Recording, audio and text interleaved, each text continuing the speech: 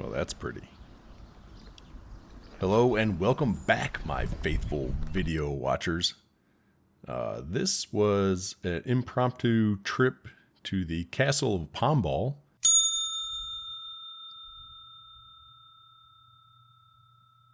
This was on the way back from Porto.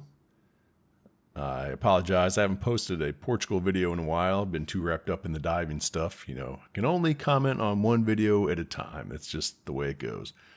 I'm not going to sit here and read this, but we were driving home from Porto and kind of saw a sign for this, and we're like, hey, let's go check it out. So here we are at the Castle of Pombal.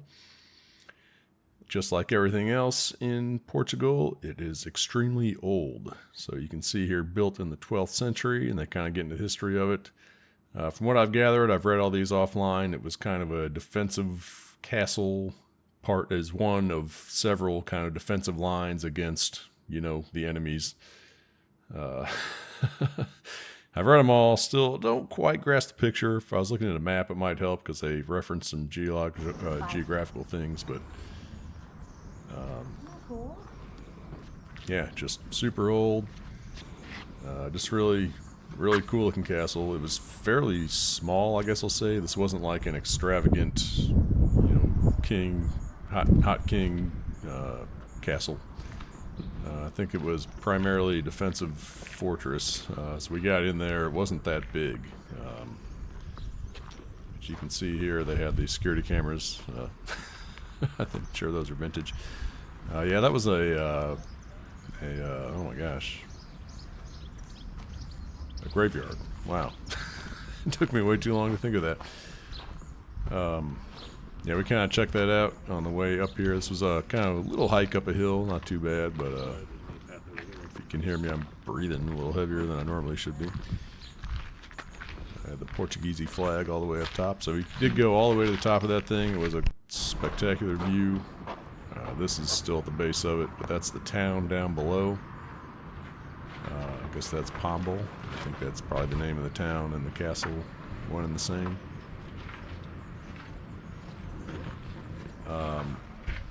So we actually got there, and it was closed. The front door was locked. Yeah, it said it was supposed to open at noon. I guess we were just a touch early. Oh no, it's not like where they put the guns in the window. Is that what you use for guns? They had guns back to that. This thing was built in the 12th century. Yeah, they were just discussing what those slots were for. One of these signs did actually mention that gunpowder was really coming on the scene during this time, and they were kind of scrambling to keep up with that technology, so they might have been shooting guns out of there at some point, who knows. This was cool. So apparently there's a walking botanical garden trail around here. We did not walk on it, unfortunately, but it sounded pretty cool. Maybe next time. I guess that's life size. Maybe. Sure, that was a fearsome fella back in the day. Big shield, sharp sword. Yeah, I took a picture of this hoping that one of the translations would be English. Turns out, no. I don't know. I'm sure one of the probably top one's Portuguese. Next one's maybe Spanish. Oh, wait. No, I'm dumb. Wow, okay. The second one is in English. I saw the Portuguese names in the beginning and figured the whole thing was in Portuguese. So never mind. Get to about the 10th word there, and it is in English. Okay.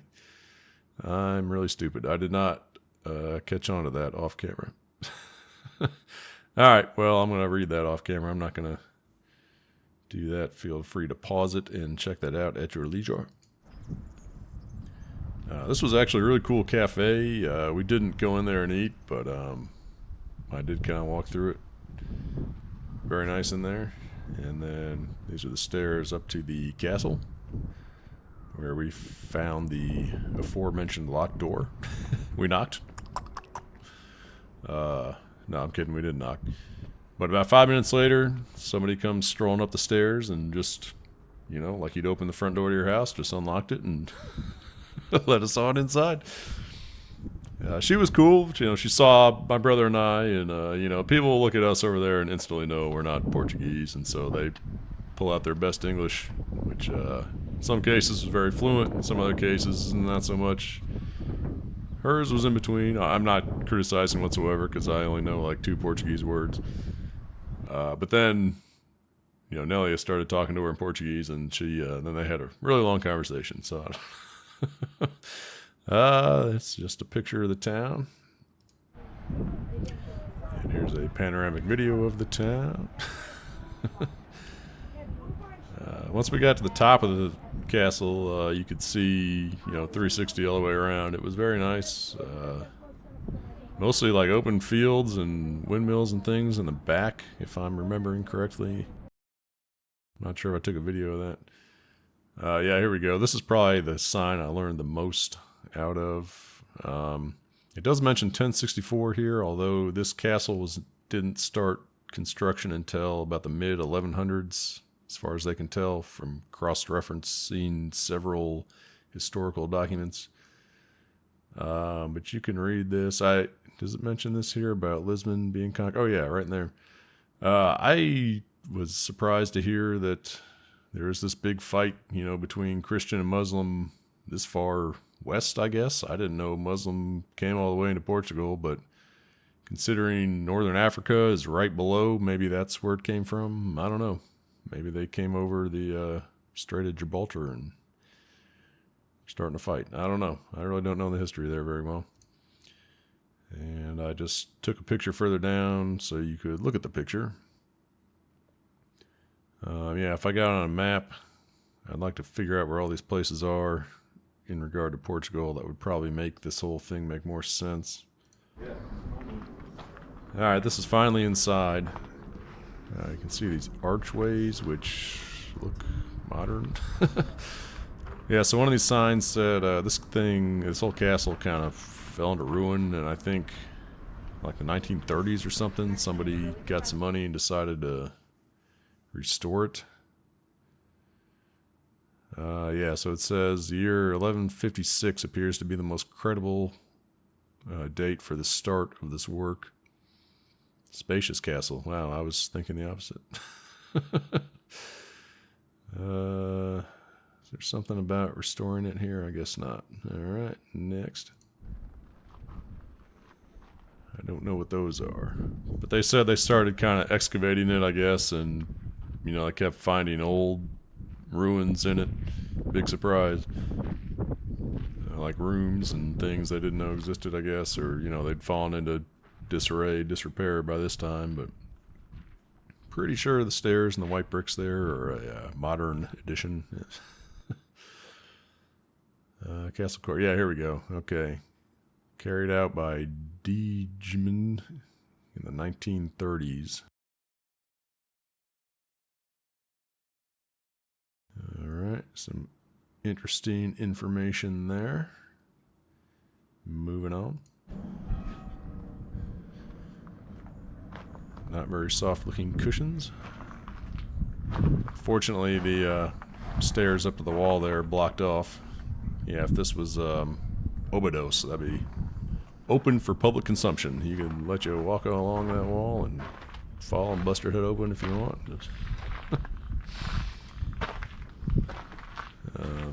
Yeah, I'm not sure what the stones on the tables are for, really. Is there a sign explaining that I missed, maybe? I don't remember. Tiny little doorway here. Castelo de Pombal.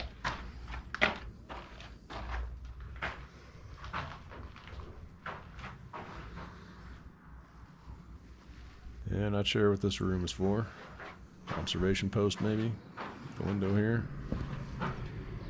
Can't see much. Tunnel vision. Yeah, there's the back end of the castle, so this is clearly on the edge of town. Probably overlooking the territory of where the city started out at, maybe. This is a little further up in the top structure, the structure that heads to the top observation point. Very skinny walls.